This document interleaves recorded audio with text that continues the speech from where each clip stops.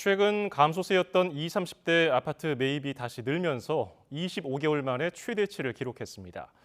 특례 보금자리론 신설과 생애 최초 주택 구입자 등 실수요층을 위한 대출 기준이 완화되면서 급매물 매수에 나선 것으로 보입니다.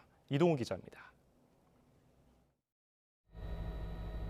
지난 2월 20대 이하와 30대의 전국 아파트 매입 비중은 31.96%로 30%를 넘어섰습니다.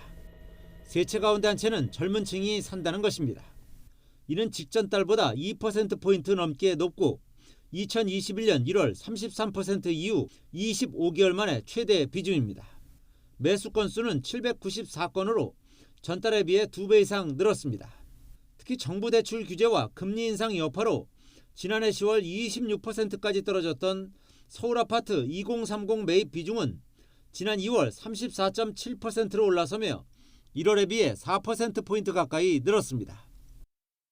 특례 보금자리론 출시와 생애 최초 주택 구입자 등 실수요층을 위한 대출 기준이 완화됨에 따라 구매 심리와 매수 여력이 생기면서 젊은 세대가 급매물을 적극 매입하고 있는 것으로 풀이됩니다.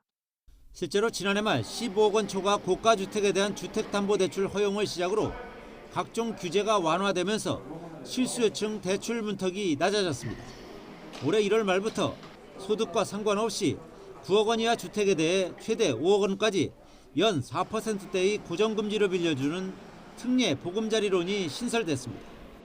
특히 생애 최초 주택 구매자에 대해서는 규제 지역과 무관하게 주택담보대출 비율을 80%까지 허용하는 등 청년층의 자금 조달이 쉬워졌습니다.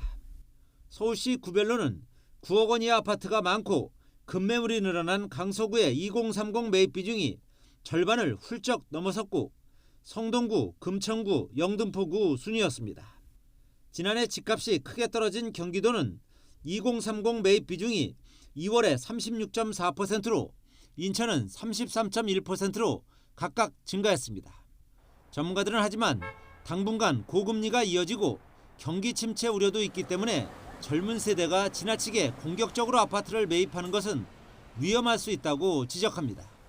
YTN 이동우입니다.